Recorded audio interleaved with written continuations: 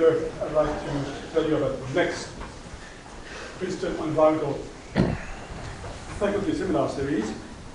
And the next speaker is Howard Stone, the head of the Mechanical and Aerospace Engineering Department. We'll be on the 76. And the subject will be a bit different from today. Small-scale fluid dynamics with environmental implications. I would you rather talk about this? Okay, so it's my pleasure to introduce Peter. A few minutes before coming here, I looked at the web and the Singer, and there were so many entries that I never planned to choose, and it came to realize he's probably the most famous person on campus. So it's a bit difficult to have a novel introduction for somebody who's the best man on campus. Anyway, Peter Albert David Singer. He's a bit younger than I am. I won't tell you when he was born. He's Australian over here. You know him. You can hear that. He's also a moral philosopher. You can hear that as well. He's the Decamp Professor of Bioethics in the Center for Human Values at Princeton. He's also the laureate professor at the Center for Applied Philosophy and Ethics at the University of Melbourne. He has produced many, many books. Perhaps the most famous are Animal Liberation, which great texts on animal liberation, Famine, Affluence and Morality, which has to do with effective altruism. He has another book called Life You Can Save, which is now also the name of a non-profit organization, and which is a way that tells you how to improve the lives of those who are very poor. Peter is probably one of the 10 most influential public intellectuals in Australia. So many Australians out there, 20? That's the question. Does it say something about me or something about Australia? Anyway, and the most interesting thing I read on the web, maybe I'll get an explanation, that Peter used to be a preference utilitarian, and now is a hedonistic utilitarian. I like that idea, but I'm not sure what it means. I'll learn today. Peter.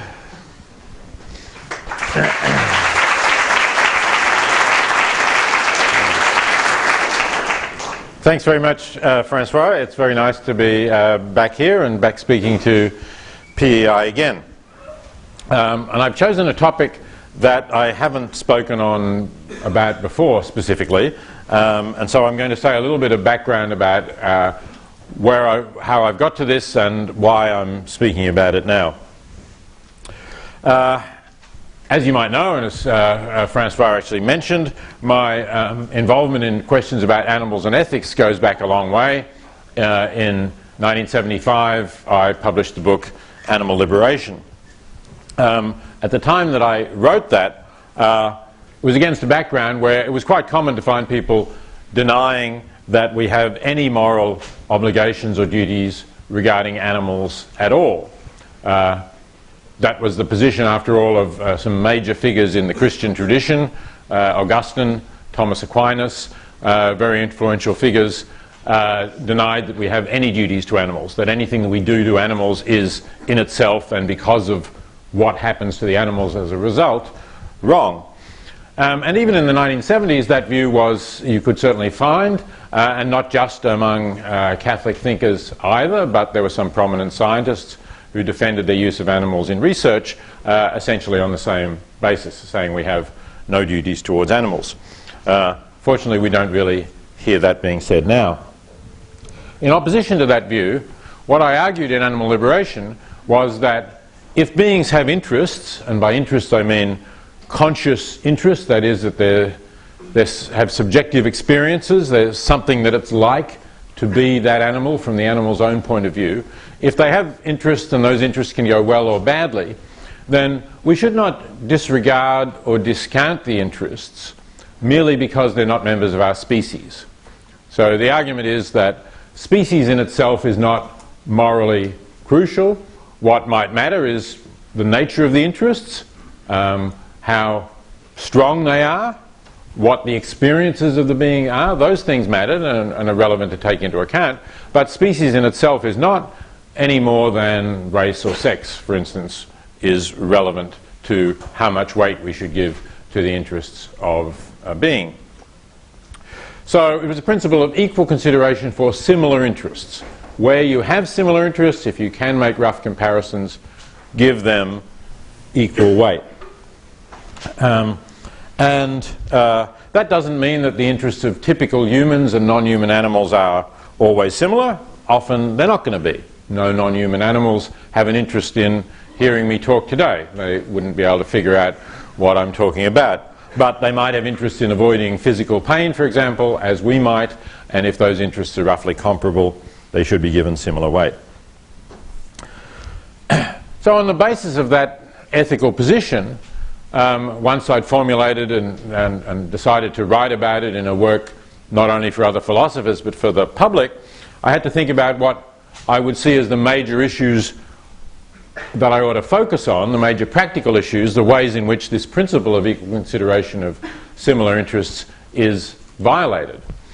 And what I chose was two large areas in which I thought that was violated. One of them is the use of animals in research, and the other, larger by far in terms of numbers, was the use of animals in raising for food, particularly in factory farming. So I focused on those issues in two major chapters of the book. I didn't really talk about wild or free-living animals very much in the book at all. And then after the book was published and I started to become active working in organisations for change in the way we treat animals, I continued to focus on those issues, and increasingly, because again of the greater size, the greater numbers of animals, and I think the greater amount of suffering, focused on the use of animals for food and in factory farms.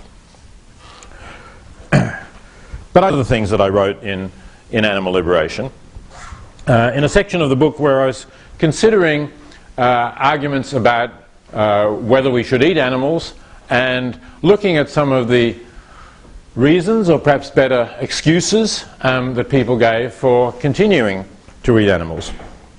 I considered various of these excuses throughout the ages, and one that I quoted came from Philip Stanhope, who probably you've never heard of, also known as the 4th Earl of Chesterfield. Stanhope was an 18th century British writer and nobleman. And in one of his writings, he recounts how, as a young man at university, presumably Oxford, he read Ovid. And he was so greatly affected by a speech that Ovid puts in the mouth of Pythagoras. Pythagoras was supposedly a vegetarian. And Ovid puts this speech in his mouth, defending his vegetarianism. So Stanhope says that he was so greatly affected by a speech that he could not eat the college mutton without feeling that he was an accomplice to murder. Well, but that didn't last very long. Here's the rest of the passage. My scruples remained unreconciled to the committing of so horrid a meal. I really love 18th century prose. I think another life I could be an 18th century scholar. Unreconciled to the committing of so horrid a meal, till upon serious reflection I became convinced of its legality from the general order of nature, which has instituted the universal preying upon the weaker as one of her first principles.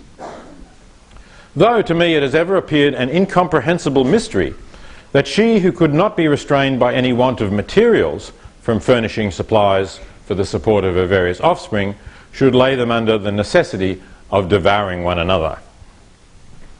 So let's think for a moment what is going on in this passage.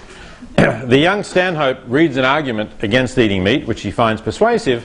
Then he notices that meat eating in the form of predation is one of the first principles, as he calls it, of nature. Now he's clever enough to see that nature wouldn't have had to make organised things this way, that nature could have had enough abundance to institute an order in which there weren't animals who killed and ate other animals. So we could see it as Stanhope taking the view that nature is a source of moral wisdom, that nature teaches us how we ought to live, how we ought to behave, and therefore we're justified in eating meat. But that would obviously be a bad argument. David Hume, who happens to be one of Stanhope's contemporaries, famously pointed out that you can't derive an ought from an is. The claims about nature that Stanhope is making are just factual descriptions of nature. There's no evaluation in that. So you would need another premise, such as we ought to act in the way that other animals in nature who are capable of eating meat act. But why would we accept a premise like that? It's quite possible, I think, from the tone of the passage, that Stanhope is actually consciously using the appeal as an excuse to keep eating what he liked. So on this interpretation, maybe, he was actually quite modern in his view of nature. He is simply pointing out that nature is cruel. He's not saying really that this justifies us in being cruel. And he doesn't really think that nature is a kind of moral agent who could have organised things better. And that, of course, is our modern view. Since Darwin, we can't really think of nature as a moral agent that teaches us any lessons. What we can say is clearly that there is a lot of suffering going on in nature. And that leads to a different philosophical question and brings me closer to what I want to talk about today. If there is a lot of suffering in nature and we take our obligations to animals seriously, is there something that we ought to be doing about it? Some writers have taken the implication that follows, they say, follows from the pro-animal position, let's call it for shorthand the animal rights position, although I'm not really defending rights as such. As I said, I'm defending equal consideration of interests. But some people have said, look, it follows from the animal rights position that we ought to intervene in nature to stop the lion from killing the antelope, etc., etc. And this is a reductio ad absurdum of the animal rights position. Well, I don't think if that was the case that we would have to think of it as that as a valid argument. I don't think we have to think of it as a reductio. It's possible to take the implications of the argument seriously, and some writers have done that. Tyler Cowen, for example, who's an economist at George Mason University, wrote an article published in 2003 called Policing Nature. And in it, he puts the question this way. If human beings should restrict or regulate their own behaviour towards animals, why should humans not also restrict how animals treat each other? To the extent that we reject an anthropocentric worldview, restrictions on human treatment of animals might imply restrictions on animal treatment of other animals. Cowen also points out that to get this argument going, we don't really need a very strong premise. All we need is a premise that there's a non-zero probability that animal welfare should receive some weight. And I take it that most of us today would think that animal welfare should receive some weight. There's not only a non-zero probability of that, but that it's very probably the right view to take of animals. That, for instance, what's wrong with cruelty to animals is that it causes pain and suffering to the animals. So, if that's the case, then if there are ways of policing nature, reducing the suffering in nature, that are costless, then it would seem to follow that that's what we ought to do. Well, are there such costless forms of policing nature? Cowen points out that one form that is costless, remember he's an economist, might be the sport hunting of predators such as tigers. Because, after all, people will do this for free if only we'll let them. In fact, they'll pay people in the countries where tigers are quite handsomely for the privilege. They don't actually do that, as far as I'm aware, for tigers, but obviously people do pay for shooting less endangered species. So how much more would they be prepared to pay for shooting a tiger? So it's costless, clearly, in economic terms. But the argument might be that we don't know what other costs it might have. I mean, obviously it's going to have costs for the deaths of the tigers, but that will be matched, presumably, by benefits for the tiger's prey, except we don't know enough really about that, or it may be argued that we don't know enough about that, about the ecosystems, to know what the long-term consequences will be, not only for the prey, but for the vegetation that the prey graze on, let's say, something of that sort. So there is an argument from ignorance against interference in ecosystems, which seems to stand in the way of the policing nature proposal. But Cohen has another example that neatly flips this argument from ignorance back on the opponents of policing nature. He points out that we are, and at the time he was writing, we were doing things like reintroducing predators in areas where they have become extinct. And the example that he takes, highly publicized example, is the reintroduction of wolves to Yellowstone.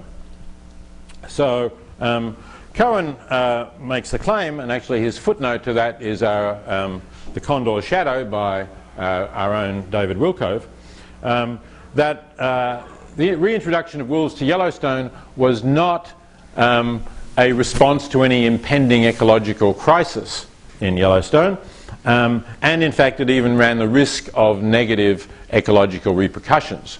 Now, I checked with David whether Cohen had got him right. He said not quite, but it is true that there were unknowns with the reintroduction of wolves to Yellowstone as to what would actually happen, and some of the outcomes were not foreseen. Obviously, the hunters who wanted to shoot elk objected that the numbers of elk would drop. Some of the scientists said, well, they will, but not by very much. In fact, they did drop by quite significantly, so hunters are still unhappy. But on the other hand, David tells me there have been other benefits in terms of growth in riparian vegetation, because that's where the wolves hang out, so the elk learn to avoid it. So there's a lot more vegetation in the river areas, and there are a lot of other species that have established themselves there. And David's view is that most ecologists would think that the reintroduction of wolves into Yellowstone has been a success.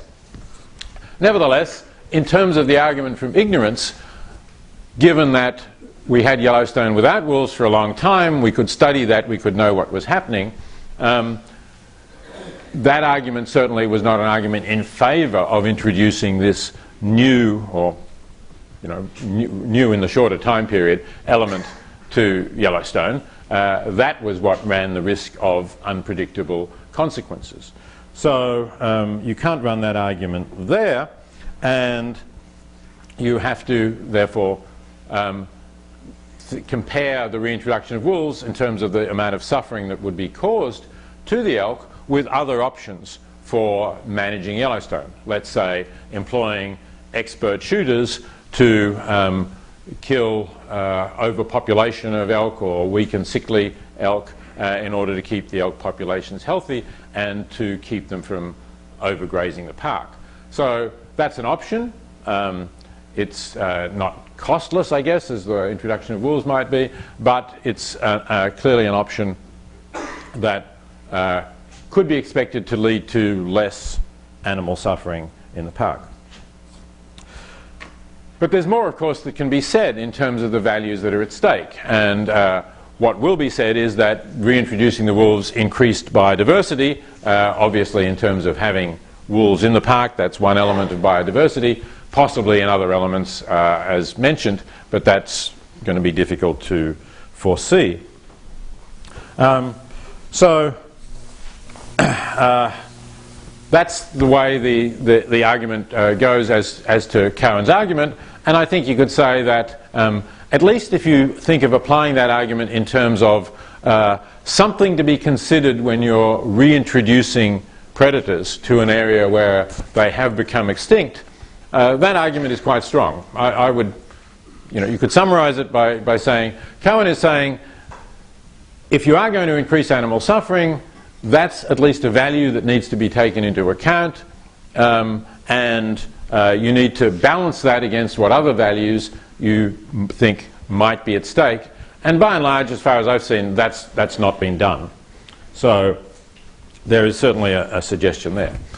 As I said, that article came out in 2003, and I didn't pay it a great deal of attention at the time. I read it, I thought, yes, Cohen has a point, and it's good to see that this argument is not simply being used as a reductio against an animal rights position. But it still seemed to me a pretty theoretical kind of issue, or at least an issue which is involving a fairly small number of animal suffering, a relatively small amount of animal suffering in terms of the additional suffering caused to the elk by the predators being introduced, as against to however they might have died otherwise. And politically, it didn't seem very wise to take up this issue, given that that would obviously lead to a head-on conflict between animal rights advocates, or the animal protection movement more broadly, and conservationists who are keen on increasing biodiversity.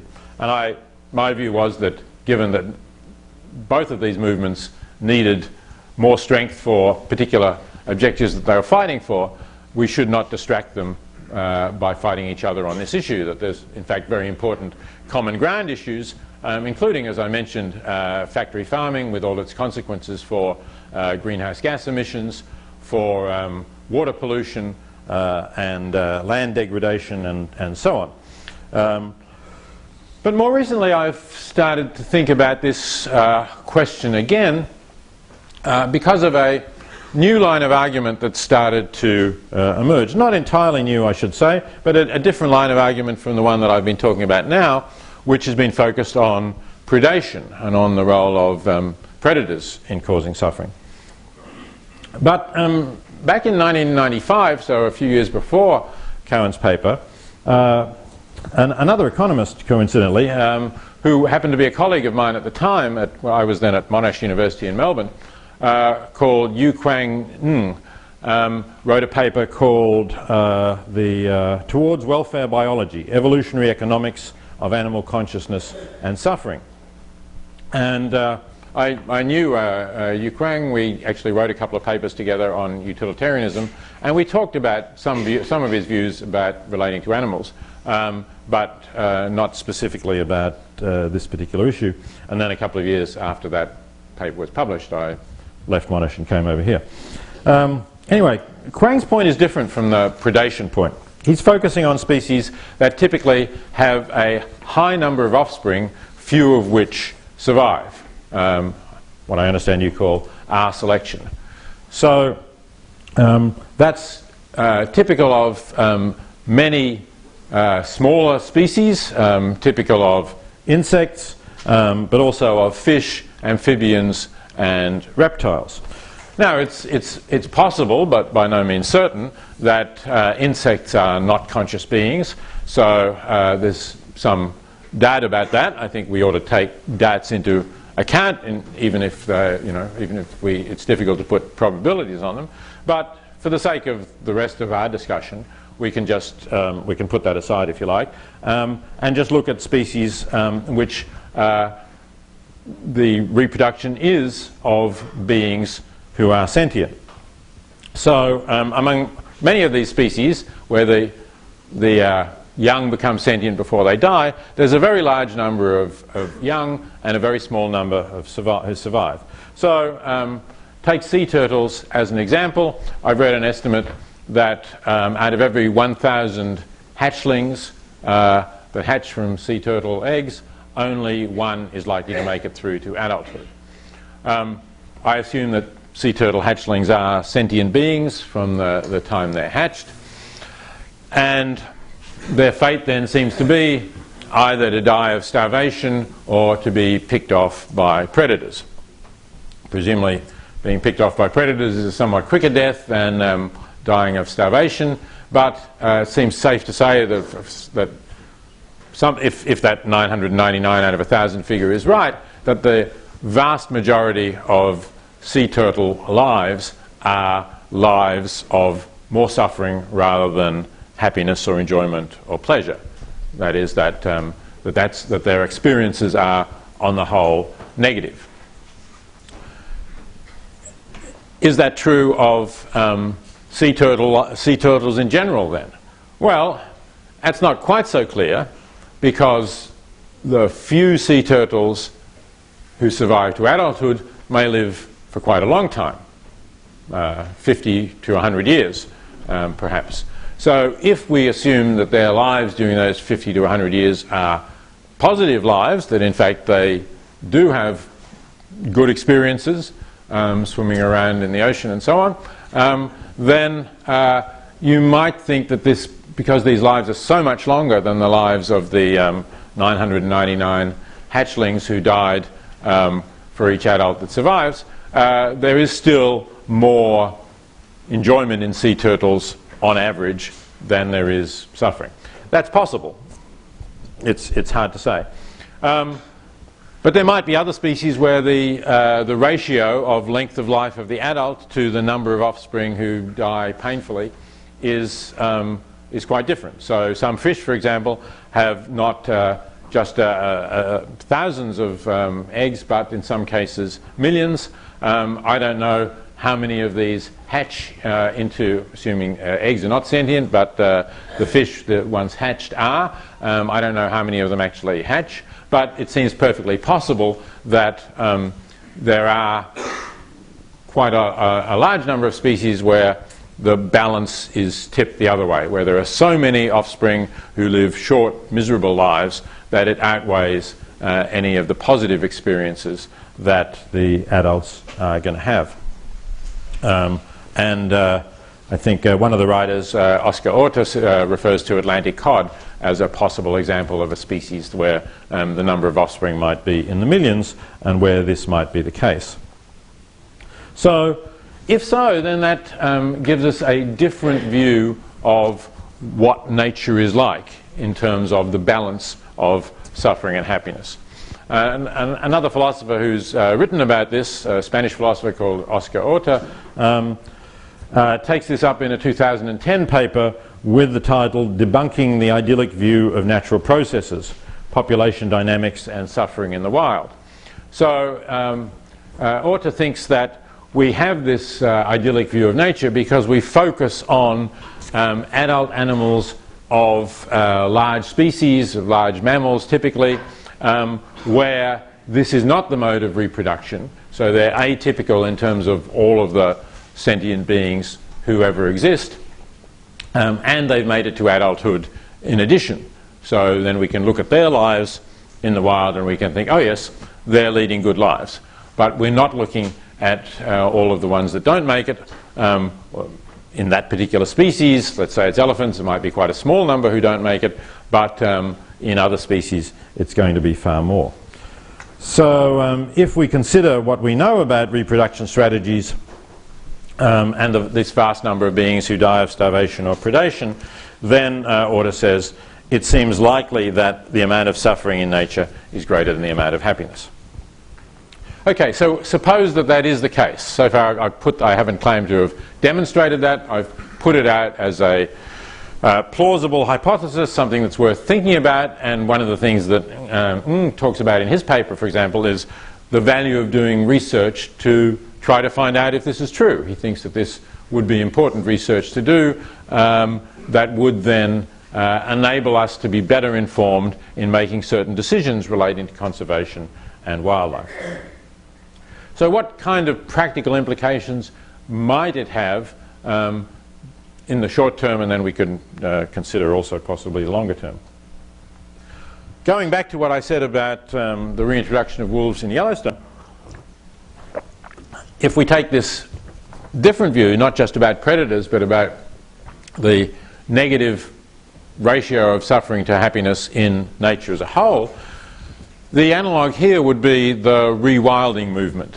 The movement that is to establish, to re-establish wild areas where there are not wild areas now. So I'm sure many of you in this room will be well aware. This is a movement that is reasonably significant in places like Europe and North America, and has made some progress in setting aside areas which were not wild at the time that they were set aside. They might have been infested with invasives, or they might have been pastoral land that was not really being used or was only marginally economic.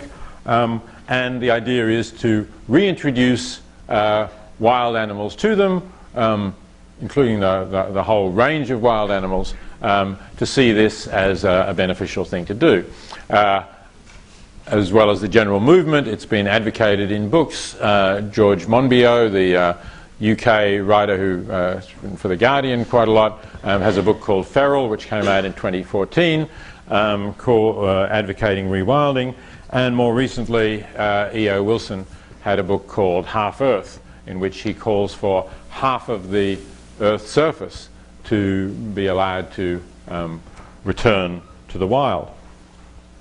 Now, those rewilding movements have multiple goals, and I'm certainly not suggesting that if it's true that the ratio of animal suffering to animal happiness is one that tilts towards more animal suffering, I'm certainly not saying that that means that the rewilding movement is not sound.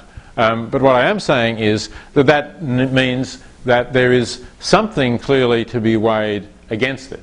If by reintroducing a more wild natural area, it means that there are species going to be existing in this area where the overall balance of suffering is greater than that of happiness, then that's a reason for not doing it. In general, I think we should not cause suffering if there is no compensating benefit. So the question that then has to be asked here is, what is the compensating benefit in these cases? And there's a wide range of things that one might think of. So, for example, obviously one could argue in terms of the ecological services of the wild area, that this is going to produce benefits for human beings. And this has been a popular defense of conservation and wilderness in a time when the political leadership has not been terribly sympathetic to it. And I hate to say this, but it looks like we might be heading into another period when that's true. So these arguments, I'm sure, will be prominent. And certainly I think they're important arguments. Obviously, I'm not well equipped to judge the scientific basis of them. Many of you will be much better equipped than I am. But insofar as there is a strong scientific basis for the ecological services provided by wilderness being necessary or highly beneficial to humans on this planet, that's an important argument, and it might well outweigh the animal suffering argument. Especially if we were to think about futures in which humans don't even survive, then obviously all of these areas will become wild, and whatever suffering there is, a greater balance of suffering will be worldwide. So that's one argument. But many people in the conservation movement are uncomfortable with that argument for rewilding or for preserving wilderness in general. They're uncomfortable with it precisely because it's anthropocentric. They object to this anthropocentric idea that we're really managing wilderness for our own human benefit.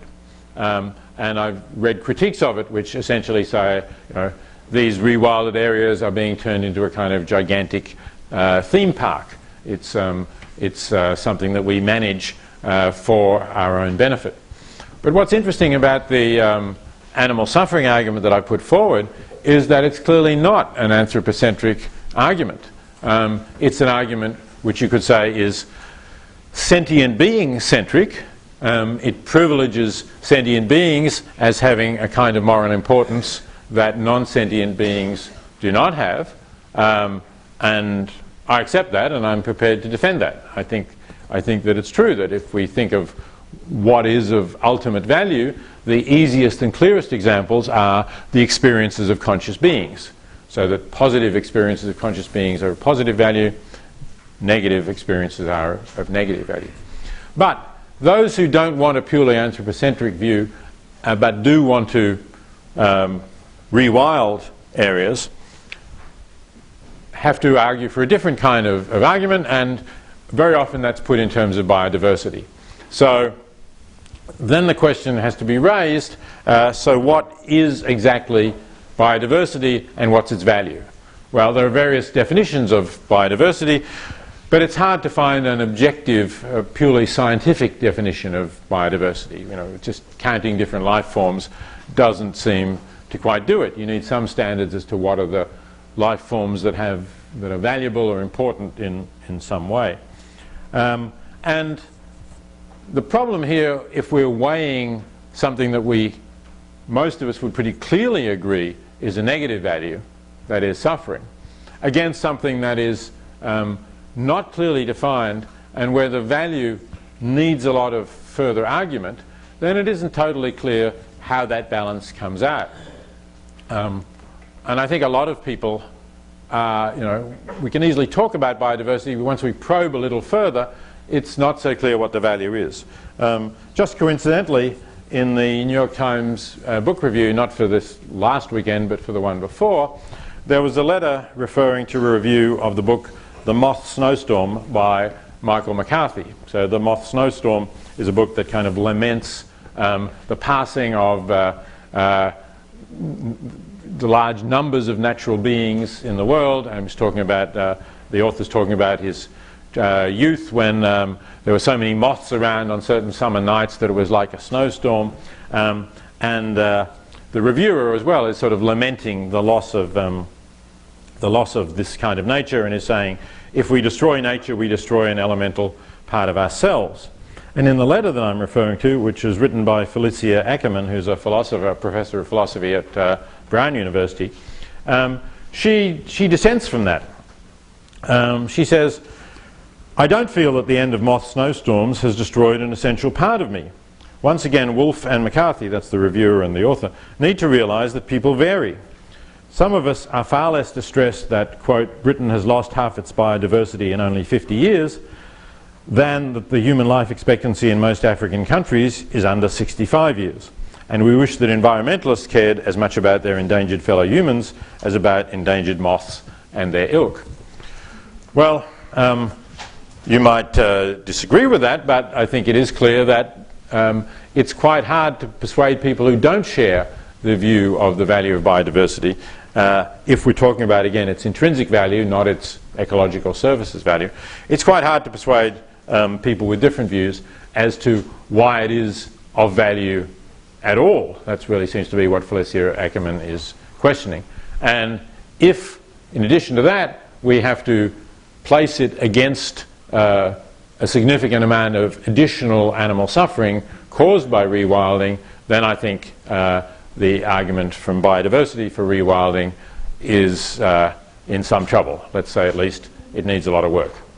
So I'm going to stop there. I want to make sure that you have plenty of time for discussion, because as I said, this is not something on which I have a really clearly worked out view. I think it's an interesting question. I think the issues that are being raised, not only by the people I've mentioned, but quite a lot of activity going on just in the last few years by young philosophers, particularly European philosophers, on suffering in nature and what we ought to do about it. So I'd be really interested to hear your comments and what you think about what I've been saying. Thank you.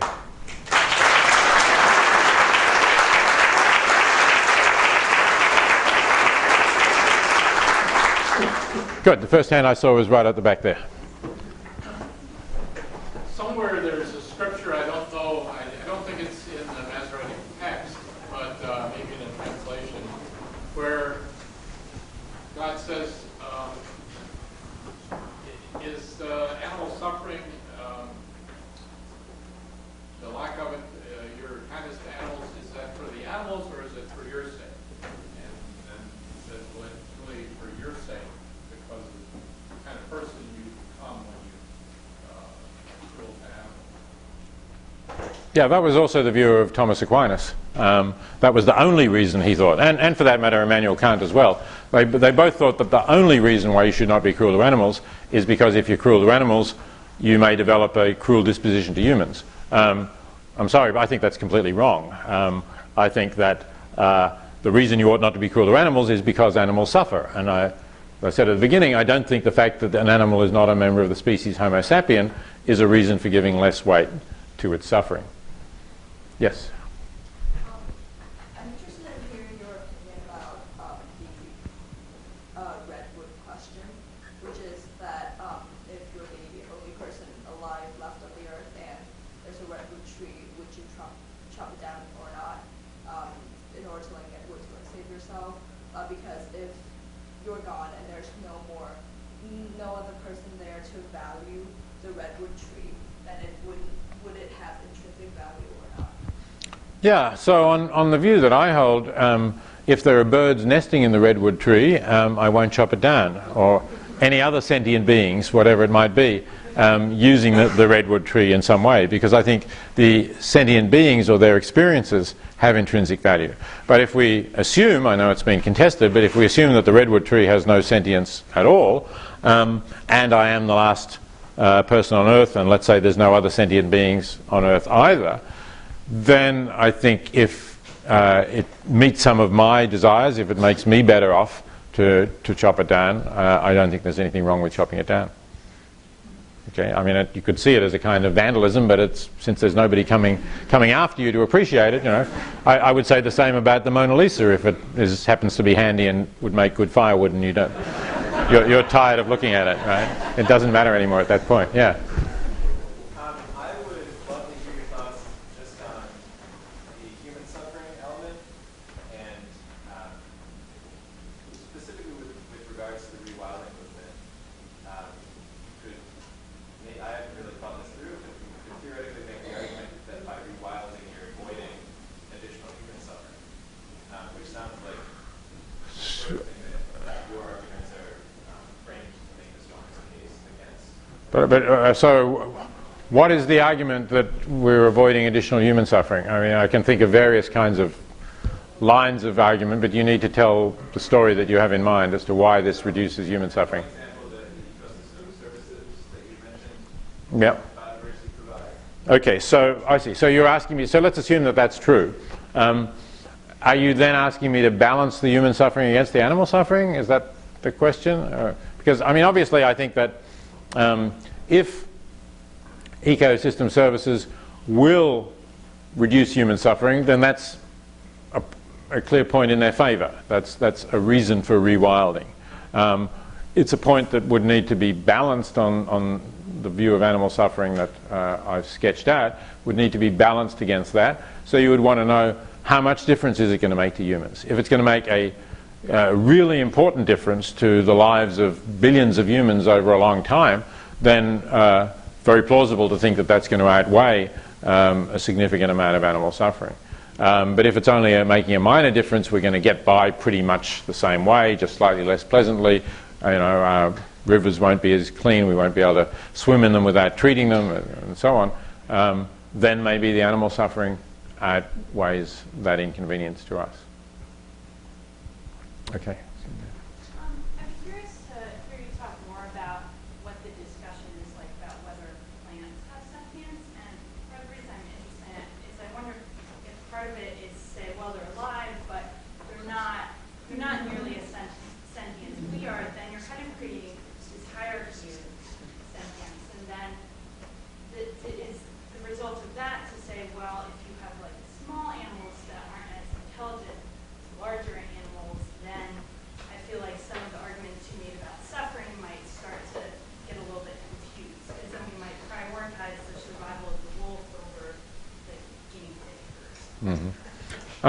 Yeah, I don't think it's necessarily intelligence that relates to suffering, although intelligence relates to specific interests, obviously, as I said. And some of the different interests that humans have are clearly related to their greater intelligence. But I don't think you can take intelligence as a proxy for capacity for suffering in all respects. But you asked about plants. I don't claim great expertise on this. Seems to me that if you think about how can we be confident that at least some non-human animals suffer, we have things like anatomical and physiological parallels. So their nervous systems may be similar to ours, function in similar ways. They're affected by some of the same things. So same analgesics that change, that work in us, reduce pain behaviour in fish, for example, it's been shown. So you have those sorts of things. You have behavioural similarities, and you have a common evolutionary origin. Now, clearly those things are going to differ not only between animals and plants, but also between vertebrates and invertebrates, for example, and different lots of invertebrates and so on. So I think the the confidence with which we can attribute suffering to a being diminishes as these differences become greater. And so that's why I certainly would not claim that all of the beings that are classified as animals by zoologists are capable of suffering. Some of them, you know, I think I'd be highly confident that vertebrates are, but I would not be at all confident that insects are, for instance. When you come to plants, you have, all of these differences get wider still, and we don't really have a nervous system, at least as far as in our present state of knowledge, that relates to anything that could be pain. And it seems like we don't have behavior either, although there are now, you go to YouTube and you look at these slow-mo videos of plants doing remarkable things, and you know, you could say, well, they seem to make a case for behavior that might relate to consciousness. But I'd like to see a lot more good scientific work done on, you know, whether these things reliably happen, whether these are relatively chance videos, and what we ought to understand by them. And you know, it's possible that we do more work on the nervous systems of plants and we find out things that are more than, you know, that we can't explain in terms of standard chemical reactions. I don't know. But at the moment, I'd be pretty skeptical about plant sentience, just as I would be skeptical, as I said, about some invertebrate animal sentience. Yes? It seems like when you rewild an area or move away from the shared habitat, you tend to have more case-like species. If the argument is that Mars-like species suffer more on average than a case-like species, so you live long and you walk through. And that would be an argument for rewilding from less suffering point of view, because the average animal will be more case-like. That would be true if that's the case. I mean, is that the case? I would have obviously, you know, what you're first introducing in these rewilding things are the bison in Europe, let's say, or the wolves or something of that sort. But presumably you're going to try and reintroduce the whole ecosystem, and so you'll have wetlands, and you'll have fish, and you'll have amphibia, and so on. So over the longer term, at least, won't the balance of R-selected and K-selected species come to something like what it is in non-rewilded nature? I mean, it seems to be the case that, like, heavily human disturbed habitats lack the macrofauna and the kind of big charismatic animals that we tend to try to protect. So, I mean, I don't know. It's a measurable question. I'm not sure. Yeah. Okay. It's an interesting thought. It would be different. Yes. Okay. Let's go over this side of the room. Yeah. The back there. So what was missing for me in this discussion is delineation, or I guess a definition of what we think of as wild versus not wild. Because I think all of us have a very sort of hazy definition that New York, Manhattan is not wild, and there's some kind of Serengeti that's wild. But I think that it's like a much more fluid definition, especially because I think you started off saying that you used to think by animal welfare in terms of feedlots, and now you don't think about sort of the wild animals. But sort of the effects of what we do in sort of feedlots in the civilized world, affect pesticide runoff, they end up affecting animals all over the ocean, all over the place. And even just the number of sort of dead deer you see on the side of the one kind of shows you that what the guy who went on wild animal is a deer in New Jersey. Mm-hmm. Why? Because we have such a relationship with them. So I just found it sort of missing what Yeah, you know, I think you're right, and clearly, if climate change affects the entire planet, then there's a sense in which there is nothing wild left anywhere on the planet. And if by wild you mean free of all human interference, so that I think would be an unrealistic definition to have, or it would be a definition that referred to a past era that no longer exists. But you're right that I didn't try and define this. I just took a kind of intuitive idea that there are animals for whom we take direct responsibility, the domestic animals, and there are some pretty closely managed areas which are only pseudo-wild because we're actually keeping them for hunting and so on. And then there are other areas which are not really managed beyond the unintentional effects that you just mentioned, the effects of the pesticides or climate change, or maybe the highway that goes through the area. So it was the latter that the last of these that I was thinking of. Okay.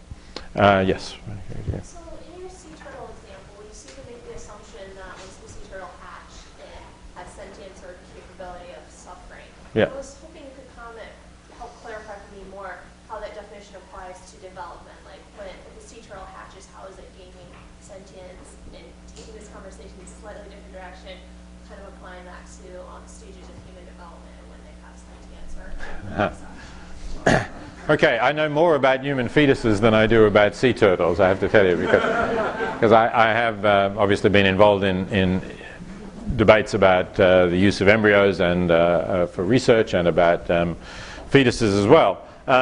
In the humans, the range, I mean, there's no certainty about when sentience develops, but the range is generally regarded as being something after 20 weeks after conception. So maybe from 20 to 32 weeks, somewhere in that period, the various connections in the nervous system are completed, and you see signs of activity in the brain that you didn't see earlier on, and this is taken as evidence of some degree of sentience. Now, I really have no idea when this happens in the sea turtle, but I'm assuming that it might happen relatively shortly before hatching too. I mean, in the fetus you could say it's relatively shortly before birth in terms of the overall period of gestation. So in the sea turtle, I mean, there would be no point in sentience when the sea turtle is there inert as an egg, but as it starts to get closer to hatching and is going to need sentience perhaps in order to make its way down to the water and possibly evade predators or something like that, it's going to, I think, there would be an evolutionary advantage in being born sentient, is what I'm saying. So that's where I suspect it would happen. Okay. Yes, down the front here. I would like to suggest that if you chop up the Mona Lisa, you would cause a lot of intense suffering among people. No, but I'm the last man on Earth in the example, right? There's no other people. I'm the last one. I didn't know that was the ground. That was the person who asked the question specified that I was the last person on Earth. Okay. Yes. All right. Behind you. Yeah. Yeah, I was wondering if you could say something about the duration of suffering, because in the example of introducing predators through rewilding, what might be at stake is sustained suffering versus abrupt suffering. That in a situation where the ecosystem is overloaded with herbivores, they're more prone to disease, more prone to starvation, and it might be that the introduction of charismatic megafauna in the form of predators might continue a pattern of suffering, but the suffering might be of shorter duration. Yeah, well, if that's so, then that's a plus in favour of it. You still have to consider what the other options are. So as I said, maybe instead of introducing wolves, you could have had expert shooters who would look out for the weak and sickly animals and kill off enough of them to keep the population as healthy as it would be with wolves. That would be another option. And depending on how long an animal suffers when attacked by wolves, and I don't know the answer, but it's presumably significantly longer than having an expert shooter put a bullet through your brain, there would be less suffering. Okay, down the front there, yeah. An observation and a couple of questions. One observation is that in our attitudes towards biodiversity, we seem to exhibiting loss aversion, in the sense we value the loss of these known species more than the possible benefits of new species that will emerge in our future. Yes, you're right. Well, loss aversion is a well-known, documented psychological phenomenon, and I think you're quite right about that. And the two questions. One is a practical one in terms of measurement, and so how would you evaluate in your trade-off between one kind of suffering and the other kind of suffering, the magnitude of those two? And then the second one, follow-up, is sort of related to that. How far do we push things? So if there's a species where you agree the net effect is suffering, do we get rid of it? Yes. Okay, so how you measure things is a real problem, and I think you can only, you can't hope for any precise measurements. You can only say in some cases there's a vast amount of suffering because there's a very large number of beings and they're suffering significantly, and in other cases there's relatively brief suffering, perhaps a brief duration or a relatively small number. So you can do things like that, but it's really hard to work out how we might compare the suffering of different species, in fact. I mean, some people think that the more neurons you have, the more capable you are of suffering, but then that doesn't seem right because not all the neurons are related to consciousness and nervous system, so maybe you'd need the neurons in the particular parts of the brain that are associated with it. I think those are really interesting and actually important questions. There's not a lot of research being done on them, but it would be good to have some more done. And then your question was, so how do you get rid of a species if there is unbalanced suffering? Well, that would be the ultimate view that some of the people that I was quoting, Oscar Otto perhaps, might be prepared to look at in the long run. At the moment, the conclusion of his article, the Debunking the Idyllic View of Nature article, is really just we should do more research and find out more information about what's going on in these areas. But it might be a possibility that if there is a species where there is an enormous amount of suffering and very clearly outweighs the happiness, then that would depend on your values. If you think those are the dominant values, then it would seem to follow you ought to get rid of that species if you can, and if there are no further negative consequences for others of getting rid of it. But if you think that there are other values, and clearly it's not possible for me to discuss in an hour's discussion what those other values might be, then you would just see this as one factor to balance against others.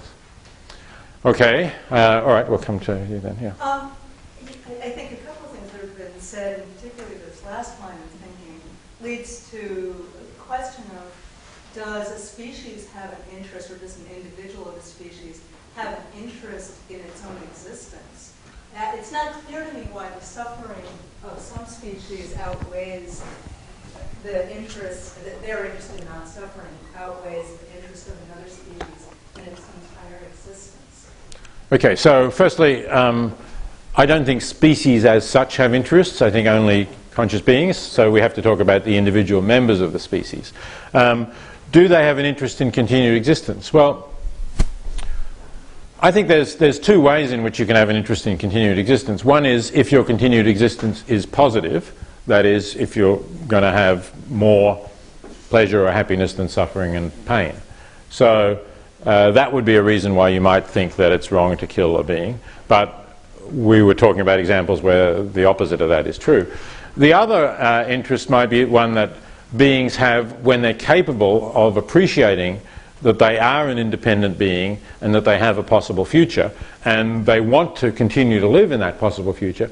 Perhaps they want to continue to live in that possible future even though they accept that there might be a lot of suffering, perhaps even more suffering than happiness. Now, we're the kind of being that can do that.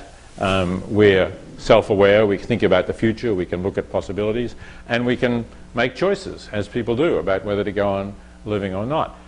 Possibly there are some other non-human animals that can make those choices, but my guess is if there are, it's the great apes and elephants and a handful of other species. It's not going to go very far beyond that.